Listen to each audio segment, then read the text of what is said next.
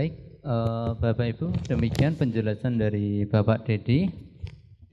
Untuk berhubung ini materi yang pertama tadi yang akan disampaikan oleh Bapak Ustadz Haji Abdul Yazid sudah datang, maka ini waktu dan tempat kami aturkan untuk menyampaikan materi tentang peran UKM dalam ketahanan pangan, Bapak.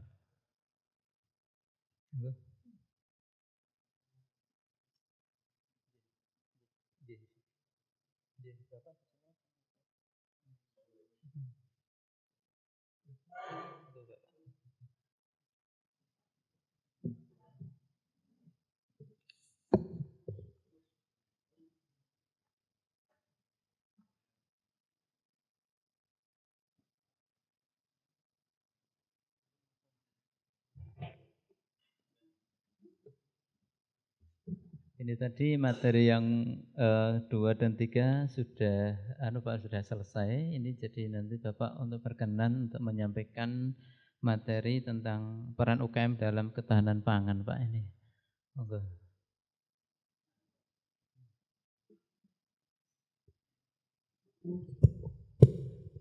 Assalamualaikum warahmatullahi wabarakatuh. Alhamdulillahi wa kafa wa salatu wassalamu ala rasulil mustafa wa ala alihi wa sahbihi wa ma'bad. Terima kasih dan mohon maaf kalau saya tadi karena terlanjur ada acara di Sukoharjo saya pindah. Yang kedua, saya sendiri juga kemarin nggak begitu baca tentang tornya kan. Jadi ngawur saja karena saya kebetulan kesibukan di Kalimantan jadi tahu-tahu. Namun yang akan saya sampaikan tidak tentang peran UKM. Filosofinya akan kita coba gimana sih syariah Islam itu memposisikan daulah pangan itu seperti apa gitu aja. Ya, ini kan kita rubah.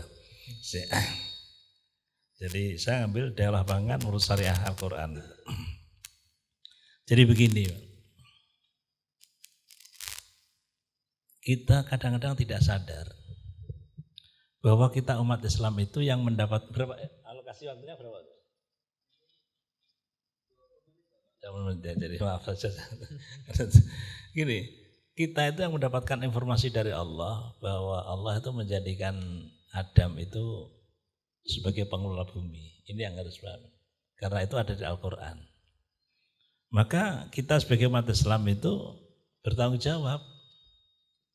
Apalagi surat ini ada surat Madaniyah dan itu diturunkan di Mekah. Yang kedua, Allah menjadikan manusia itu jadi khalifah tidak tangan kosong. Artinya Allah telah menundukkan semua potensi alam semesta ini bisa ditundukkan oleh manusia. Wa sakhkhara lakum ma fis samawati wa ma fil ardh jami'an minhu. Inna fi dzalika ayati qaumiyyin yatafakkarun. Jadi manusia secara unlimited tidak terbatas bisa dengan ilmu pengetahuan dan teknologi itu bisa menguasai semua alam yang ada di langit dan bumi ini. Ini potensi umat Islam yang belum tergarapkan secara baik. Maka untuk itu harus kita pahami bahwa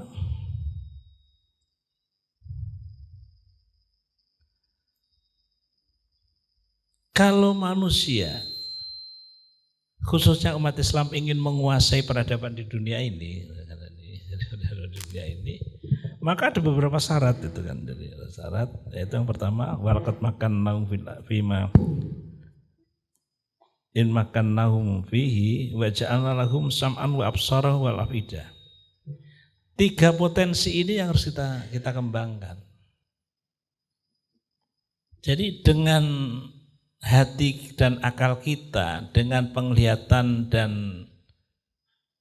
telinga kita, itu kita potensi untuk mengembangkan sebuah ilmu yang berkembang. Jadi contoh aja tentang pangan, Indonesia dengan Selandia Baru dan Australia ketinggalan itu 100 tahun. Jadi kalau mau mengejar, nah kita ngejar enggak akselerasi pengetahuan 100 tahun itu oleh Uniba ini. Kak kita disalib oleh murid-murid kita itu. Zaman Orde Baru Vietnam belajarnya ke Indonesia, tapi sekarang kita dikalahkan dengan Vietnam. Dan ini Maka ini yang harus kita kembangkan, bagaimana bahwa sam'an wa absaran wal afidah itu. Maka 3 potensi itu gak ada gunanya kalau tidak kita kembangkan secara benar itu, yaitu dengan ayat Allah. Jadi kita ini sekarang gak sadar kita punya jimat kalimat sodo berupa Al-Quran dan As-Sunnah, tapi tidak kita manfaatkan secara optimal. Nah ini biar cepat aja karena 20 menit nanti kan lebih baik saya itu dialog yang nanti akan buat. Hal ini karena Allah sudah memberikan modal kepada Bani Adam mencari ilmu yang unlimited. Wa 'allamal adama al-asma'a kullaha. Bayangkan aja. Tapi keterbatasan pengetahuan ilmu kita kan sangat lemah. Literatur kita juga rendah itu. Dan ini kan indikasi, maaf aja ini saya tidak, indikasi negara maju itu ada perguruan tinggi yang masuk daftar 50 besar dunia, sekarang 100 besar dunia. Nah sekarang Uniba itu berapa ratus, kan ini kan harus mengembangkan. Saya pernah usul. Ada kita membuat perguruan tinggi di luar negeri macam-macam, buat apa? Konsolidasi aja lah, perguruan tinggi di dalam negeri itu kita tingkatkan kualitasnya. Toh tenaga pekerjaannya ada, yaitu para diaspora yang ada di luar negeri, maka enggak kita panggil kan itu. Jadi kalau Uniba kan coba kalau ada intelektual muda yang di luar negeri dipanggil, seperti India, 8 ahli IT India dipanggil untuk membangun IT negara itu, dan sekarang Asia Selatan kan IT-nya tertinggi. Ini gambar aja kan itu. Karena target kita ini oleh Allah diciptakan manusia khalifah itu menjadi sejahtera di dunia. Fa idza qadatum manasikakum fadhkurullah kadzikrikum fadhkurullah kadzikrikum abaakum asadzikra wa minan nasi may yaqulu rabbana atina fid dunya wa ma fil akhirati khalaq wa minhum may yaqulu rabbana atina fid dunya hasanah wa fil akhirati hasanah wa qina adzabannar. Haji adalah ibadah rukun Islam yang kelima, finalnya adalah bahwa kalau haji itu benar, mindsetnya para hujat, itu dia pulang itu sejahtera. Sejahtera itu dari mana? 2 hal, Mas.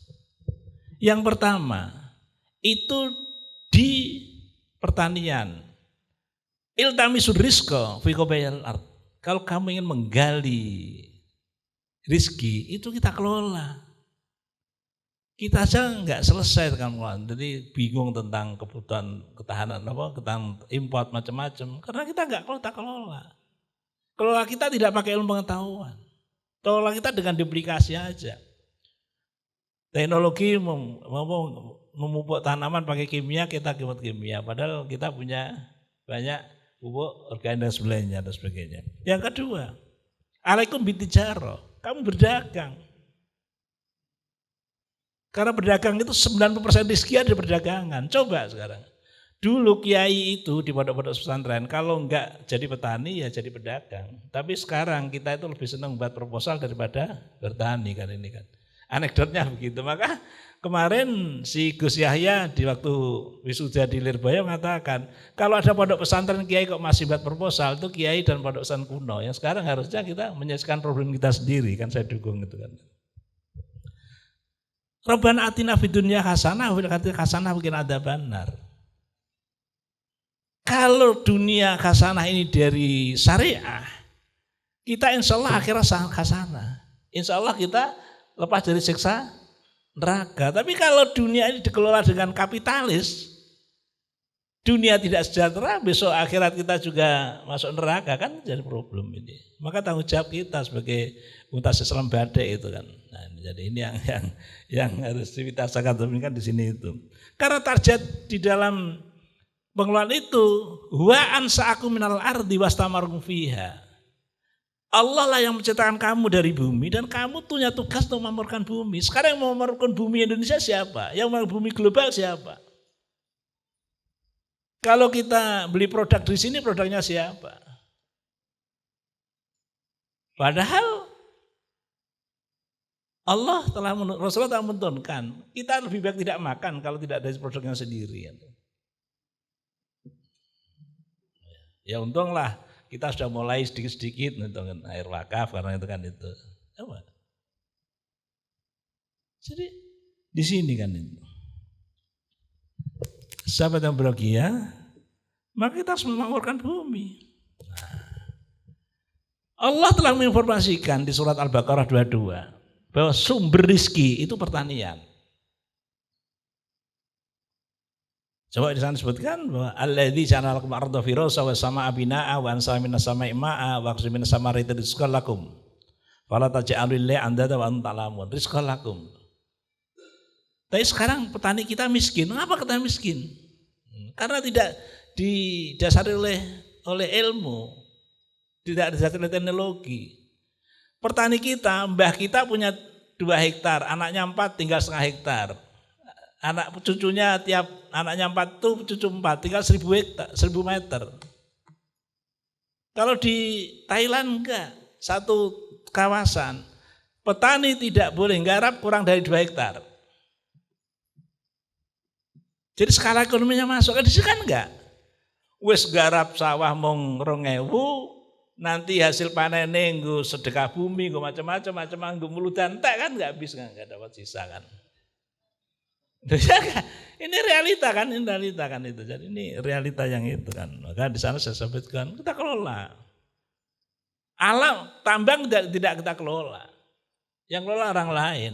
Maka itu bahwa khobayal art itu termasuk tambang kan itu. Nah, ini. Di dalam Al-Qur'an enggak nanti biar itu. Al-Qur'an kan banyak itu. Buah-buahan itu. Coba itu lihat aja di surat Al-An'am itu. Ini coba. Dan itu keluar zakatnya. Dan zakatnya di sana disebutkan bahwa wa atu haqqahu yang mahasodi pada waktu panen itu dibayar zakatnya. Lah ini sedikit nih. Sampai sekarang dulu zaman BI sampai OJK tidak memberikan rekomendasi perbankan itu memberikan pembiayaan kepada pertanian. Padahal Mas, di Vietnam perbankan memberikan pembiayaan pertanian itu hanya 1% setahun. Di sini petani kalau mau nanam itu pinjam dana di luar bank bisa 24% per tahun. Bagaimana bisa bersaing? Karena salah. Salahnya apa? Al-Quran sudah memberikan tuntunan wa atu haqqahu yang mahasodi. Kalau bayar zakat pada waktu dipanen, kalau bayar hutang ya pada waktu panen. Anehnya kita kan enggak.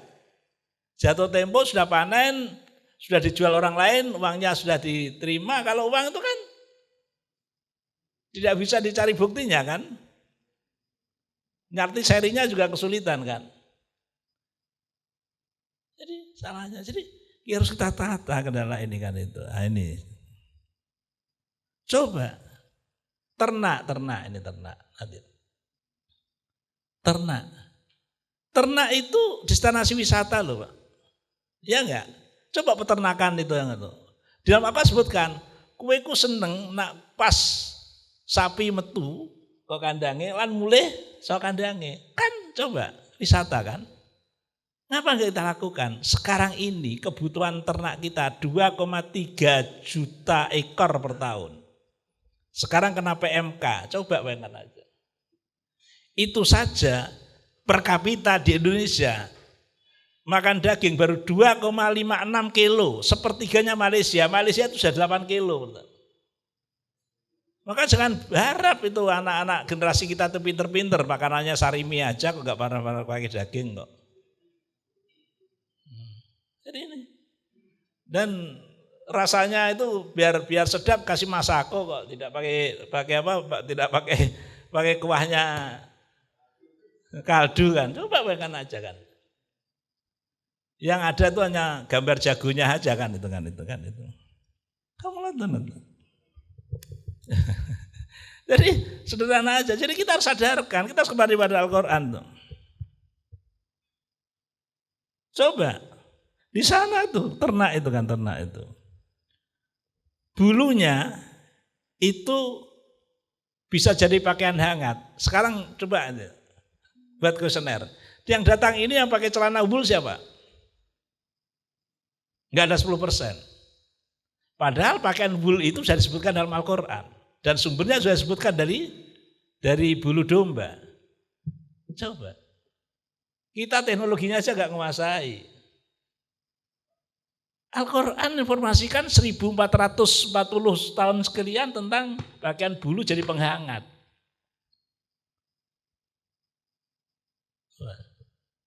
Bahkan dari wool itu kalau dingin hangat, kalau panas tidak. Tapi pakai polyester kalau panas kan coba penghangat. Kalau dingin kan kedinginan itu. Ini Al-Quran Mas. Pakaian santri itu harus pakai wool itu loh. Nah, ini ya. Ini yang kedua dagingnya kan. Makan coba kita konsumsi apa? Daging kita itu 2,56 itu kita berapa enggak tahu tuh. Itu paling yang banyak itu apalagi sekarang itu hanya tanggal 10, 11, 12, 13 Dzulhijjah ya enggak? Jadi di sini Mas itu. Di sini tuh. Walakum fiya jamalun khina turihuna wa khina tasrahun. Jadi kowe seneng kowe delok kewan iku metu masuk kan. Kita lakukan. Kita jadi orang stres. Padahal kalau kita jadi punya ternak nggak jadi stres kan itu. Sebagai ini sebagai tunggang itu untuk alat transportasi ya sekarang sudah diganti lah monggo kan itu.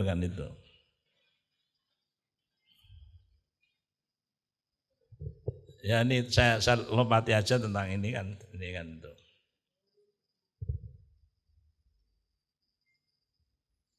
Ini apa daging ya sudahlah, daging sama aja gitu. Nah, ini Mas. Di surat Al-Baqarah itu di sana disebutkan di surat Al-Baqarah. Ya ayyuhan nas kulu mimma fil ardi halalan thayyiban wala tattabi'u khutuwatis syaiton innahu lakum aduwwum mubin. Nah, ini coba. Khitabnya kepada manusia. Tapi karena surat Al-Baqarah, maka khitabnya kepada orang yang beriman. Jadi orang beriman, umat Islam di Indonesia, umat Islam di seluruh dunia, itu diperintahkan untuk menanam tanaman yang cukup untuk kebutuhan manusia. Dan makanan itu bentuknya halal dan thayyib. Saya tanya sekarang, Mas, waktu saya baca di Quran Suara Merdeka sekian tahun yang lalu, yang jual daging babi di Ampel, pasar Ampel, tahu pasar Ampel toh? Itu jilbaban Mas. Yang jual sate babi di Padang, ini kan sekarang rame toh itu rumah makan Padang haram itu kan itu. Kalau yang pakai jilbab aja maaf Ibu ya saya tidak dikasih. Itu aja berbuat semacam itu. Tapi kalau itu tidak orang muslim seperti apa kan? Lebih parah enggak? Walaupun dapat sertifikasi halal dari MUI, tapi tentang halal dan thayyibnya perlu dipertanyakan. Apalagi hadis Rasul mengatakan ma'akala akhadun ta'aman qattu khair ayyakula min ayyakula min amaliyati. Orang Islam itu lebih baik tidak makan sama sekali kalau tidak hasil produksinya sendiri kan itu. Inna Nabi Allah Dawud itu layakul min amaliyati. Coba bayangkan aja. Sekarang kita apa coba? Dulu itu kita masih zaman dulu masuk rumah makan, di sana ada minuman kerasnya, nggak jadi beli karena dikhawatirkan gelasnya dulu pernah dipakai minuman khamr. Tapi sekarang iya. Justru kita tren tuh dengan makannya itu kan itu. Jadi di sini betulnya. Padahal Rasulullah mengatakan, "Mami muslimin yagri syukur sana ya sar'an" itu. Jadi seorang muslim itu perintahnya kalau kita nanam tanaman yang batangnya besar, tanaman itu. Dan itu cukup kebutuhan manusia, burung itu, dan hewan. Dimakan burung, hewan, manusia ya mengatakan bahwa kita bersedekah, enak enggak? Kita enggak mau bersedekah kan itu kan. Karena apa Mas? Kalau makanan tidak halal dan thayyib, destruktif kita. Ayat selanjutnya, innama ya'murukum bisu'il faksa wa antaqulallahi ma la ta'lamun. Sekarang ini tokoh-tokoh kita pembohong karena makanannya kita tidak khalidun thayyib. Coba yang aja kanan.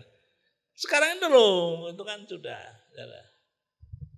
Akhirnya kalau padahal bohong sekali itu jangan bohong, tapi kalau bohong itu 100 kali itu jangan benar sudah. Saya tanya sekarang Pak. Pak, siapa yang waktu ngambil SIM itu prosedurnya benar? Ada enggak? Ikut ujian macam-macam itu. Yang lulus tidak lulus sampai 3 kali, ada enggak? Enggak ada. Ya sudah, anggap benar aja, bayarnya berapa? 400 biar 400, padahal itu riswah. Kehancuran Bani Israel itu 2, karena riswah. Yang kedua adalah menjadikan tokohnya sebagai arbaban, sebagai Tuhan. Bayangkan aja Pak, kita tinggal hancurnya aja kan. Ben bingung lagi ini. Inilah yang harus kita selesaikan problem makan kita ini. Selesai. Udah saya lompati aja nanti itu. 5 menit lagi Bapak. Ya, makanya saya pilih gini enggak gitu. Jadi kita ini sama nih ayat selanjutnya, ya ayyuhalladzina amanu kulu min thayyibati ma razaqnakum waskuru lillahi in kuntum iya ta'budun. Kita bersyukur enggak? Kita ngerutu aja. Tadi saya sampaikan. Nah, sekarang yang dibutuhkan adalah ulul albab, para intelektual. Surat Ali Imran 190, inna fi khalqis samawati wal ardi wakhtilafil laili wan nahar la ayatin lil albab. Siapa? Alladzina yadhkurunallaha qiyaman wa qu'udan ala junubihim wa yatafakkaruna fi khalqis samawati wal ardi rabbana ma khalaqta hadza batila subhanaka faqina adzabannar. Sekarang sudah ada belum intelektual yang bisa memanage sumber daya alam itu secara optimal? Tidak ada yang tandus ya. Karena saya pernah dapat tamu dari Jepang mengatakan setandus-tandusnya tanah di Indonesia itu sesubur-suburnya tanah di Timur Tengah. Kok kita itu ngeluh? Coba mengatakan. Kan faktor kapasitas intelektual. Israel itu bisa menyedot air sampai kilometer di dalamnya. Dan Israel, hortikultura itu pusatnya di Israel. Saya pernah ke Cina, disebutkan pada waktu tanaman pangan Cina itu belajar ke Jepang, tapi baru tanaman hortikultura itu belajar di Israel. Pot-pot di depan rumah itu ditanam tomat sama cabai cukup untuk kebutuhan sehari-hari. Kita kan nggak pernah kita lakukan. Justru kita itu dijebak beli dulu bunga yang mahal itu, bunga yang mahal-mahal itu kan lucu kan. Padahal dilihat kan sama aja kan itu. Jadi kita alladzina yadhkuruna qiyaman wa qu'udan wa 'ala junubihim yatafakkaruna fi khalqis samawati. Jadi waktu kita itu dzikir kepada Allah, kita harus berpikir tentang lingkungan kita. Pada waktu kita dzikir kepada Allah, kita harus bekerja. Wa idza qudiyas shalah fantasir fil ard yabtaguna min fadlillah wadhkuru katsiran la'allakum tuflihun. Jadi jangan sampai kita dzikir itu seperti kacamata kuda gitu loh. Dzikir itu banyak di lapangan, tidak harus di ruang tertentu kan itu. Nah ini, Mas saya pernah ini Pak, tolong nanti saya marilah kita kolaborasi ini tentang ayat ini Pak. Saya tadi di Sukoharjo bilang sama teman-teman NU, saya sampaikan begini. Ulama di dalam surat Fatir 26-27 itu tidak sekedar ulama yang faqih dalam bidang agama. Tapi persepsi kita sekarang yang namanya ulama kan faqih dalam bidang agama. Coba kita cermati. Ini ya. Ayat selanjutnya itu ada coba Pak itu tulisannya. Nah, ini belum tercatat. Coba saya sendiri juga enggak begitu hafal. Alam taro. Saya bukanya aja. Saya nanti bacanya agak keliru ya, saya buka aja ya. Maaf ya, saya minta tambahan waktu sedikit aja. Nanti katanya ini, soalnya ya an Allah khalaqa itu ya. Ada ya. Alam taro an Allah anzala minas sama'i ma'a. Hei, kita, apakah yang kamu lihat setelah ada hujan itu? Fa akhrajna bihi samaratin. Dengan hujan akan keluar tumbuhkan tumbuh-tumbuhan. Mukhtalifan alwanuha, beberapa beragam sekali. Maaf aja, tanaman di tropis itu banyak sekali jenisnya. Tropis ya. Wanil jabali judadun bidul wa khumur mukhtalifan alwanuha wa ghara sud. Bayangkan aja tambang, disampaikan bahwa batu-batuan itu kalau Anda seperti kita kalau mau ke Taif itu di sana ada banyak itu, warnanya apa gitu? Nah, judat. Garis itu kan. Apa warnanya? Bit putih, merah, hitam. Itu kan mineral yang bisa kita kembangkan. Coba, sekarang ini kita punya nikel yang garap siapa, kita batu bara siapa yang garap, emas siapa yang garap kan? Nah ini. Nah. Yang terasa next. Wa minan nasi wa dawawil an'am mukhtalifun alwanuha. Kita ini harus ahli sosiologi. Apalagi kita sukunya banyak. Kita harus ahli dalam bidang apa? Bidang semua hewan itu.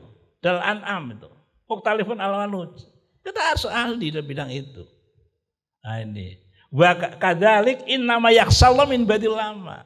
Begitulah yang harus kita pahami. Dan yang bisa takut pada Allah adalah orang yang ulama alim dalam bidang pengetahuan tentang kekuasaan Allah ini kan. Ya. Terakhir ya itu ya. Ya terakhir. Naik Mak, terakhir bawa gini Pak. Mas, ini Abu Hanifah yang ngomong, tapi kuncinya fahum rijalun wa nahnu rijal. Kalau orang Amerika itu laki-laki, orang Cina itu laki-laki, orang India laki-laki, kita juga laki-laki. Mengapa mereka bisa, kita tidak bisa?